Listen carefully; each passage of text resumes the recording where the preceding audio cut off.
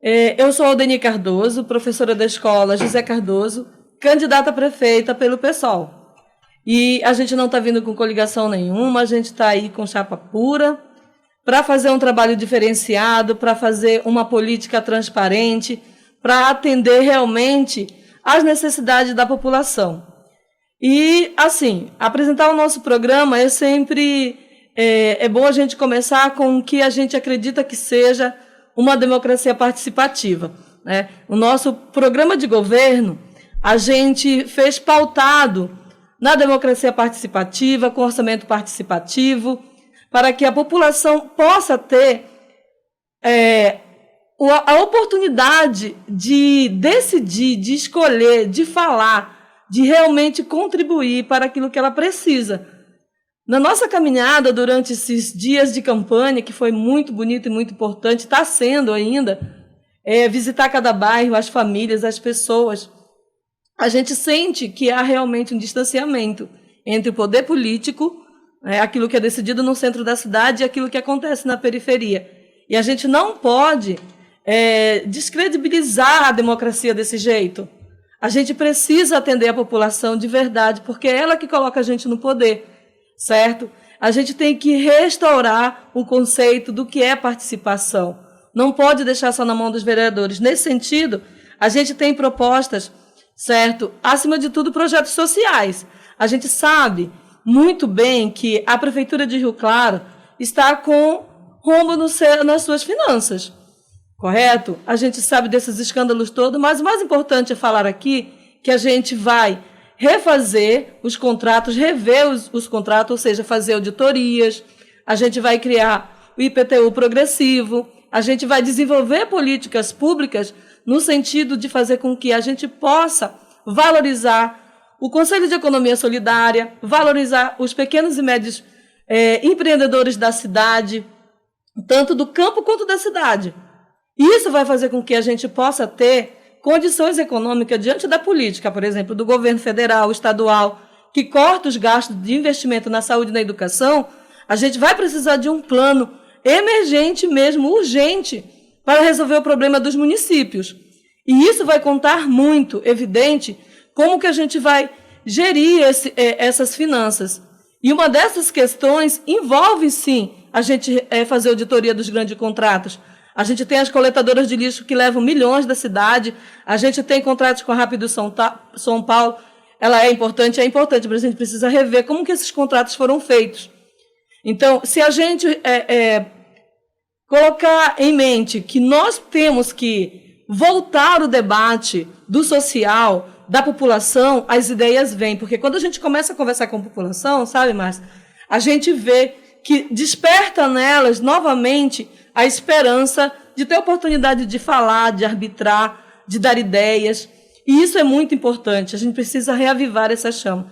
Então, diante disso, a gente tem um compromisso de colocar projetos sociais, né, refazer as infraestruturas, colocar a infraestrutura mesmo de projetos sociais nos centros culturais, nos centros comunitários, atender o plano municipal de educação, que é adequar as escolas àquilo que está no plano, né, que é colocar ambiente de tecnologia, de ciência, de pesquisa, rever as quadras de esporte, rever a forma como a cultura e a educação são tratadas nos governos liberais, desses governos que só querem sucatear.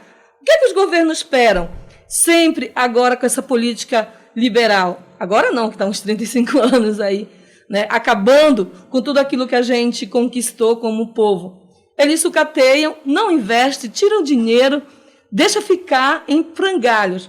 A ideia é ou vende para o particular, para o privado, ou simplesmente desaparece.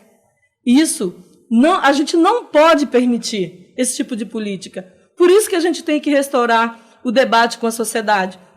A sociedade, hoje, ela está mais crítica, ela tem acesso a muita informação, sabe?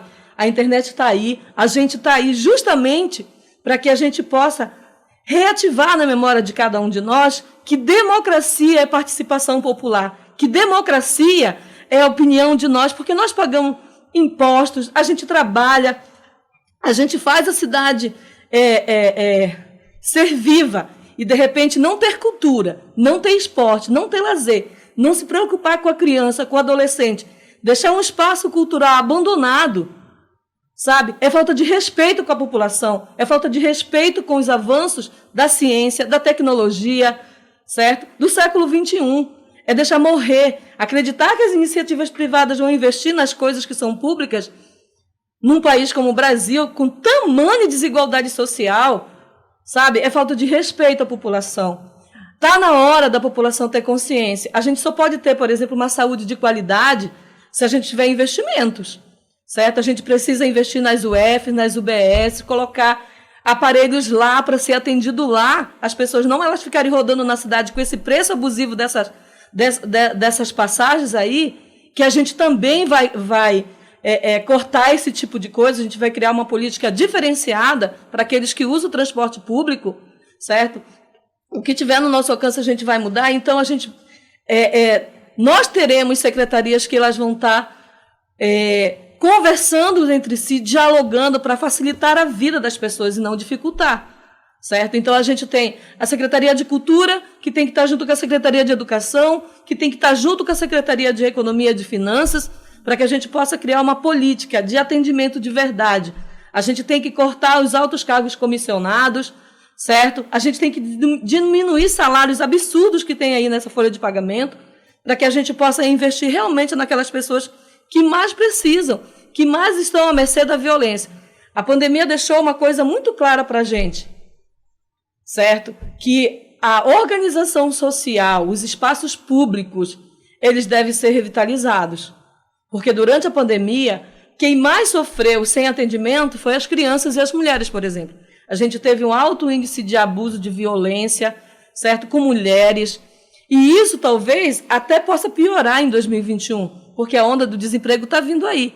Então é fundamental que a gente invista em infraestrutura, aumente os espaços sociais, com CRAS, como o CRAS, o CREA, os centros como um todo, para dar atendimento para a população, certo? Esse atendimento ele tem que vir com arte, cultura, lazer, esporte, certo? Curso profissionalizante para o adolescente, conscientização da guarda, para que eles façam um trabalho humanizado, para que a gente acabe com essa visão de que a guarda civil ela tem que se acabar. Não existe isso. Toda cidade precisa de segurança, certo? Só que a gente precisa de uma segurança humanizada, porque a guarda ela tem uma função social. Então, o nosso projeto é restaurar, criar políticas públicas para atender a população, como os negros, as negras, né, as LGBTs. Isso tudo envolve a gente acolher o povo e dar condição para que eles se movam. A gente não pode simplesmente abandonar, a gente tem que criar espaços, certo, de profissionalização, de incentivo, de orientação para o mercado de trabalho, porque se a gente abandona a sociedade achando que uma empresa privada vai comprar o problema para ela, certo? Eu não sei se isso é viável em pleno século XXI, pós-pandemia. O mais correto e o mais coerente é a gente repensar esse social, de tal forma que a gente procure, sim, a gente vai procurar resolver o problema da economia, nos relacionando com a economia solidária, com o conselho que já existe na cidade, procurar parcerias. A gente não pode, a gente vive num país democrático, certo? O pessoal chegando ao poder, a gente também não vai, eu não vou procurar o governo federal, a gente vai procurar sim, a gente vai procurar as esferas de poder, porque na democracia a gente tem direitos na cidade, mesmo com essa PEC agressiva e absurda que está aí, certo? A gente sabe que a gente precisa das parcerias do governo federal, estadual, e a gente vai correr atrás disso também. Minutinho aqui para suas considerações finais. Eu gostaria primeiramente de agradecer, né, a todas as pessoas que têm nos ouvido, agradecer esse espaço. É sempre bom estar aqui para a gente falar daquilo que a gente acredita, certo? E, assim, pedir para a população de Rio Claro, mais uma vez, votar consciente, olhar o histórico, certo? Perceber, entender quem são esses políticos conservadores que estão se revezando no poder há 16, 17, 20 anos, que já tiveram a caneta na mão, que já tomaram decisão e que não foi pela população, foi pelos seus grupos políticos, foi pelos seus interesses. E que está na hora da gente acordar, Não adianta a pessoa, sabe, ser aquele lobo vestido de cordeirinho, com aquela cara bonitinha, muito bem arrumadinho, e que na hora de decidir, não decide pela população. Jornal está em tudo, porque a informação está em todo lugar. Jornal está em tudo.